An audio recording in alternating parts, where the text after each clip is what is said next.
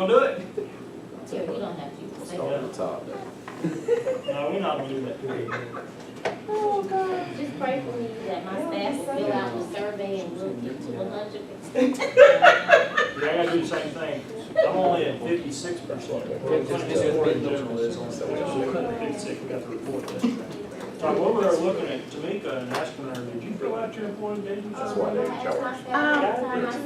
Not yet. Not yet. I need you to support your leader and complete your survey. That's what that get us. Okay, thank you. She'll get it. Don't put me on the spot, Mr. Steve Cotter, Dale Cotter. Don't do that. My mom does that and I get scared. My mom only uses my middle name when I'm in deep trouble. You're in deep trouble because you put me on the spot.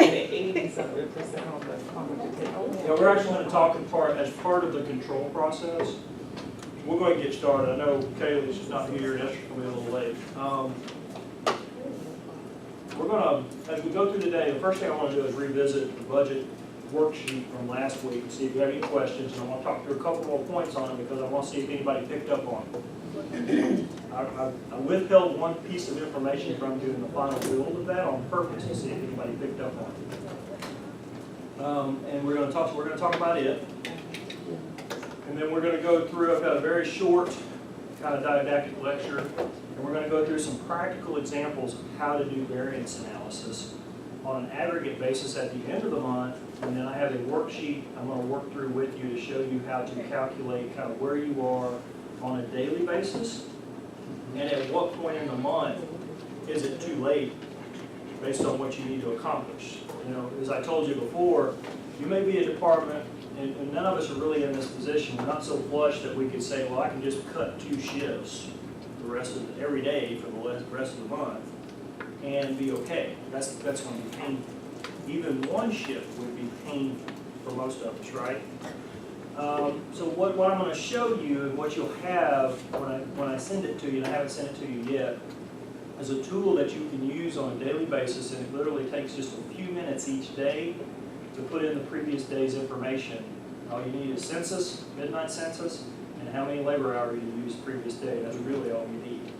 And you can begin to calculate on a daily basis, are you on track or are you off track, and at what point in that month, as I said, it's fairly early in the month, is it too late? Because if you can reliably only cut a half a person shift on average, which is about 6 hours in our environment, then it doesn't take very long into a month, as you'll see in this data, to be past the point of no return without it being very painful on your department.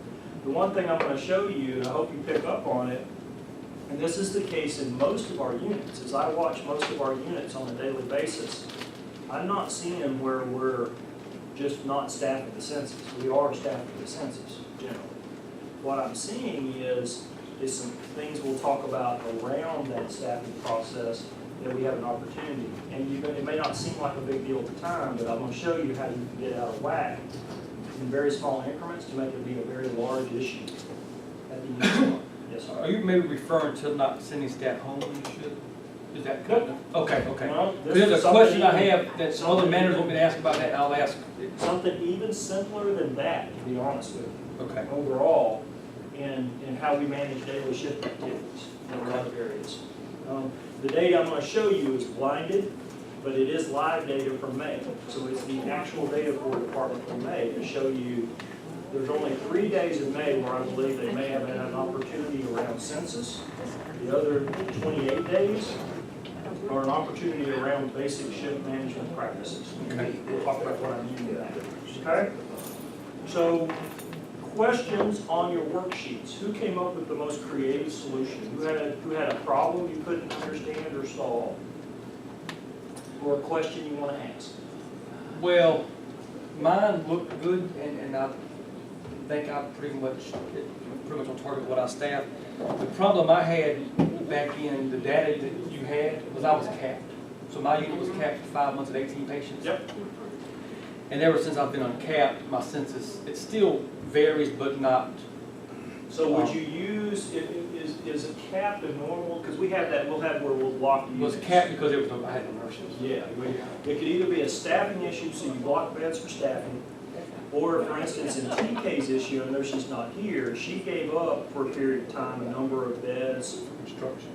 well, for the VAC team actually, and some other stuff. So for whatever reason, be it construction, be it staffing, and you intentionally block beds, it's a cautionary point for you in looking at your historical demand analysis, not to inadvertently use that and depend on it, because what will happen if you do that?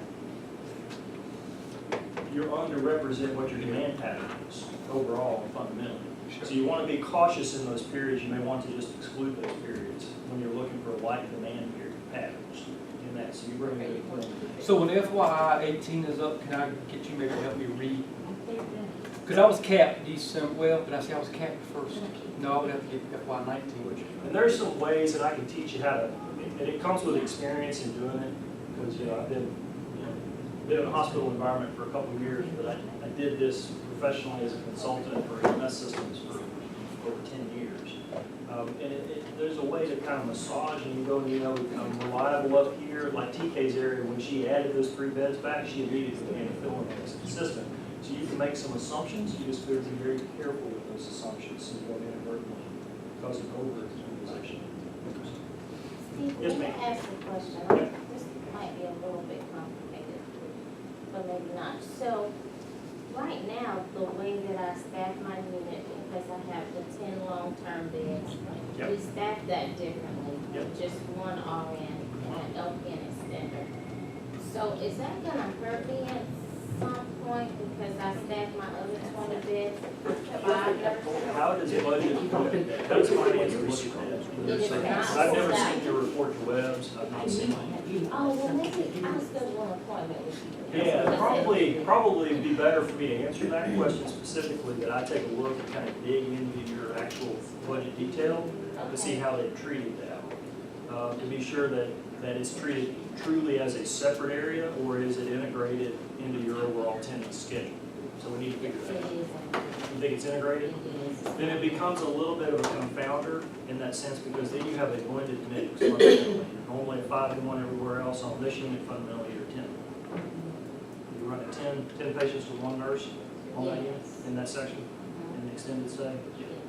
So we need to probably sit down separately to kind of work through that, to make sure that I understand the fundamental of how finance is assigned. What else? What did you see? Did you see anything weird? So let me ask you this. In 9th ortho's data here, and we'll go back to 9th ortho. How many hours did I say we started with?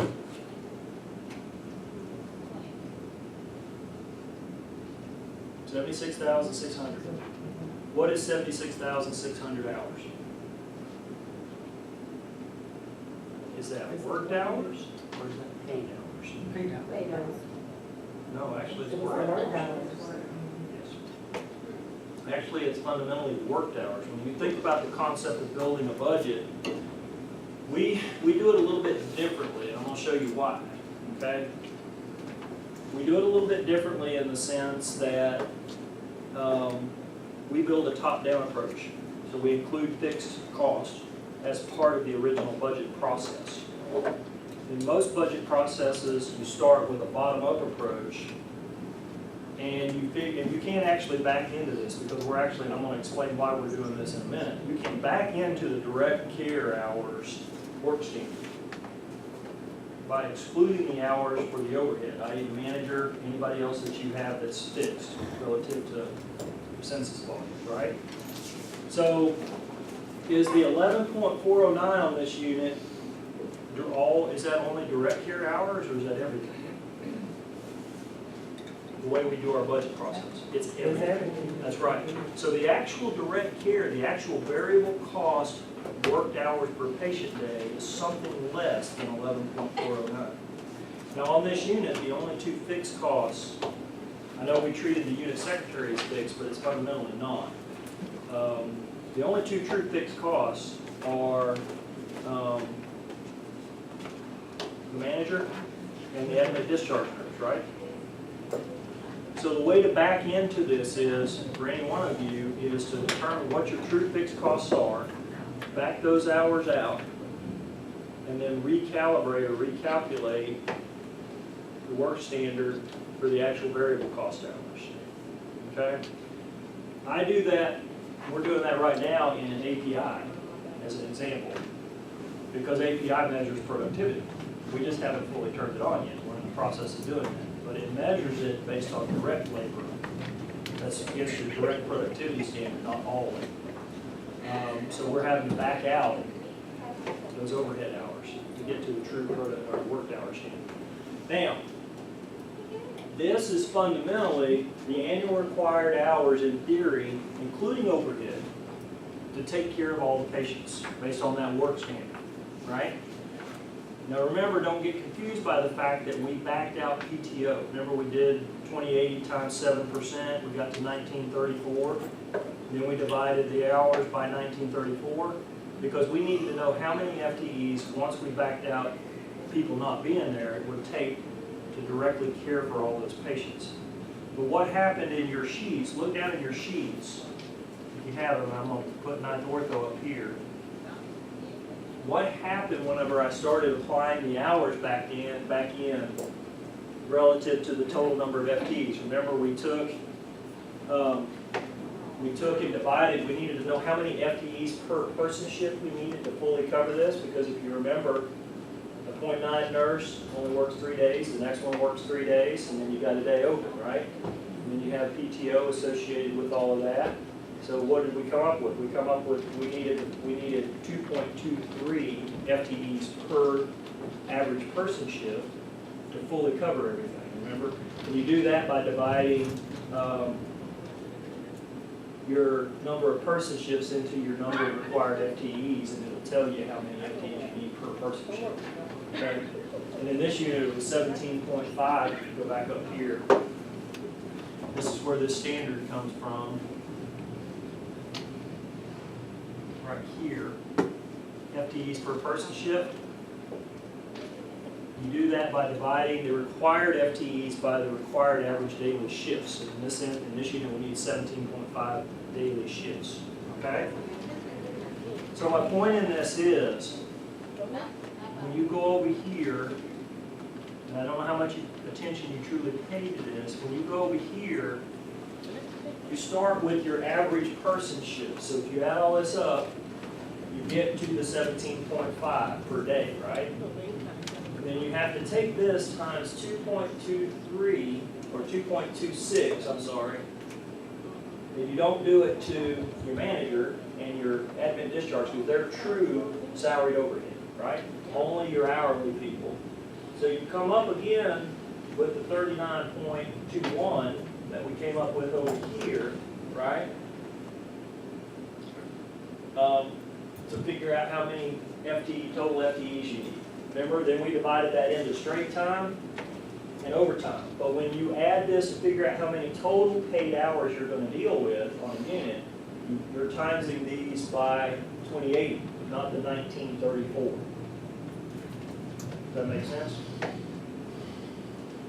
So that's where you get into the process and thought of productive paid hours versus total paid hours. Because if you look on your report to web sheets, you're going to see productive hours and you're going to see non-productive hours, right?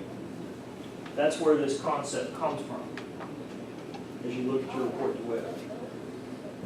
So on your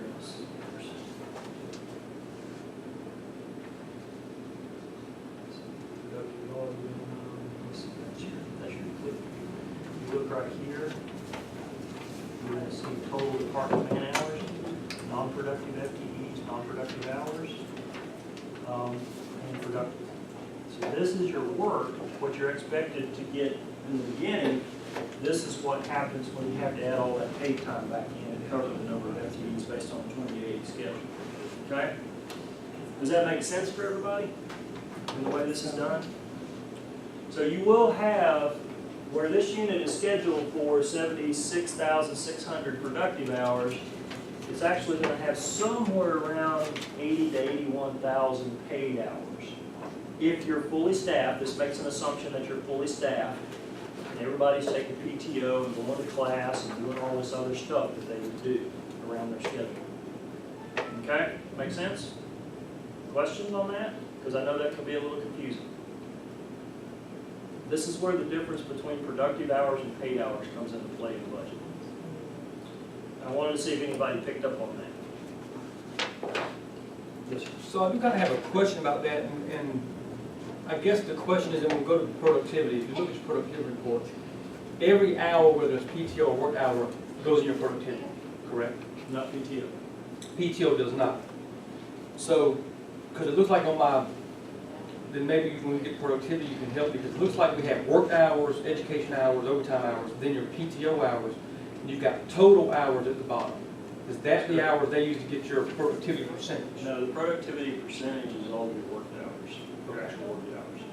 And that's where that comes into play over here. Remember I told you this unit is allowed, we said this unit is allowed 208 hours of work time per day, okay?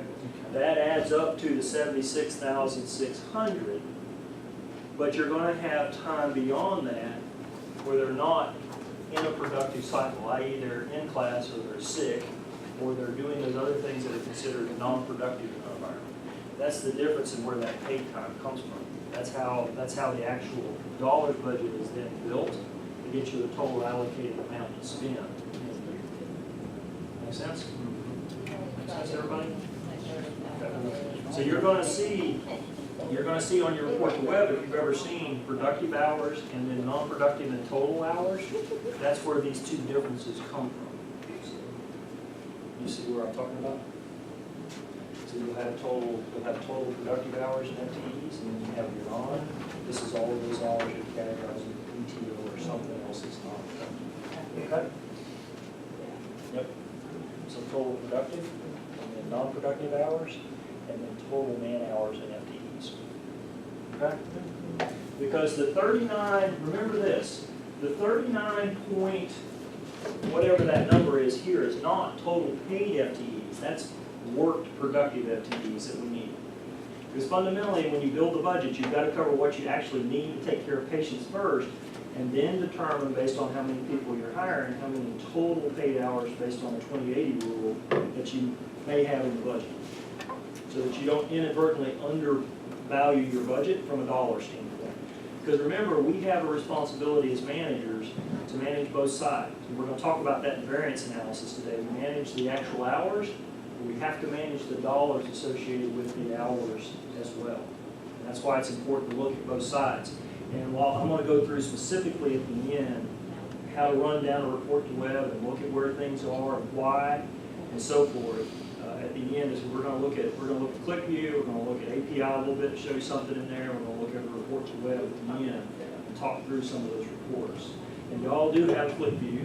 I did discover yesterday that you have your ClickView. Do you do your report to web, or how do you guys do your budget detail? Well, we get Do something you have called, budget detail? we got something called reveal reports, but we also get this every, that's So what, they call it R&E, revenue and That's expense. what our report of web, So fundamentally, it's the same thing. It's just a standard but accounting. we That's don't what I have had it in the broken report. out with productive and non-productive. You don't? time, which Not has even Just been, have total man hours? which has been the age-old argument since I became a manager there, because they used to have it all looked in, and I, This is how ours is broken. And this one, I will tell you, having come from a for-profit world, ours at Tenet is much more detailed than even what we have here in terms of looking. I had mine broken down to even average hourly rate per position. So if I was looking at paramedics, I knew how much my hourly rate was. EMTs, the same way with nurses, techs, and secretaries. So the way we do ours That's right, I thought. is, see where we have productive hours, Right. productive I want FTEs, that. non-productive, and then total. And then it gives you a breakdown here on your statistics of how many admissions, discharges, open beds, and so forth. Yeah, these are all of your hours. And so when I first became a It has manager, all of your dollars. they had all the non-productive stuff in there, and I would say, this isn't right, how am I supposed to do the productive budget? And they used to try to tell you, well, it all comes out of the wash, it's all in there, and I'm like, no, Steph, you need to show me, because, Yeah. and so I'm still skeptical that this may include non-productive hours, Yeah, because see, I- when I start working on this, and according to my budgeted work hours per patient day, I could add like a whole nother shift per day and Yeah, still be probably, under this budget. is probably, So it's this probably is still got- all of your hours. Uh-huh. Well, This this is is a- what I printed off yesterday. And it Yeah, does break it down. that is report to web. Now this, September actual, so this is something similar, I'm not sure where this comes from, but that is report to web. So you guys, Well, you do have it somewhere. This is our reveal. That's your reveal? Yeah. But go to report to And I may web have on had to do my that phone. before. If you And go that's what I to, printed yeah, out. if you go to MyPal Tools, report to web and log in, your single sign-on login, I found this yesterday. you're gonna have that, yes. I had 10 patients. And I'm gonna go in, and I'm gonna log into mine, and I'll show you exactly how to get to it, which one to look at, so. Because my other question about this productivity thing, since I'm seeing these emails about people being called to the table on Yeah, I this, saw that. is, I saw that. I'm afraid I'll that figure this thing out. for our campus, you know, our work hours per patient day is different than y'all's, it's much Well, lower. one of the questions we have, and we're gonna talk about this in variance analysis, and part of why we want you to take this class is you, by virtue of having those tools, my hope is that you guys will be able to do exactly what you just said. Look at this and go, the standard's not right, because we believe, and we've had these conversations, you know, this comes up a lot. Is the standard right, is it not? Is it right, is it not, relative to what's going on in the workload and the acuity levels on that unit? It may or may not. And that's part of what we've got to do as an organization, is kind of mature and learn how to work through that process. Well, I just don't, as a manager, I don't want to be called to, and I think I'm fine anyway with my budgeted parameters, but if you're just looking at productivity and our work hours per patient day and our staffing ratios that are used, you're not comparing apples to apples, so it may look like we have 90% productivity, Well, but if we were and yeah, we face the same problem. comparing the same standard, When it'd you be over try to 100. normalize it across the system, you're Yeah. exactly right, because you guys fundamentally work a 6-to-1 Yeah. at surge areas. Right. Greenville works, as you guys have heard, we've heard this a lot now, Greenville works at the 25th percentile comparative standard, right? That is fundamentally a 6-to-1, right, in a ratio, from a ratio perspective, in med surg. Okay? So those questions, these are kind of the things we're kind of learning as Toomey's joined the family. What does it mean? Now that we're with Greenville, and we're trying to figure out what is a system level standard, what is that?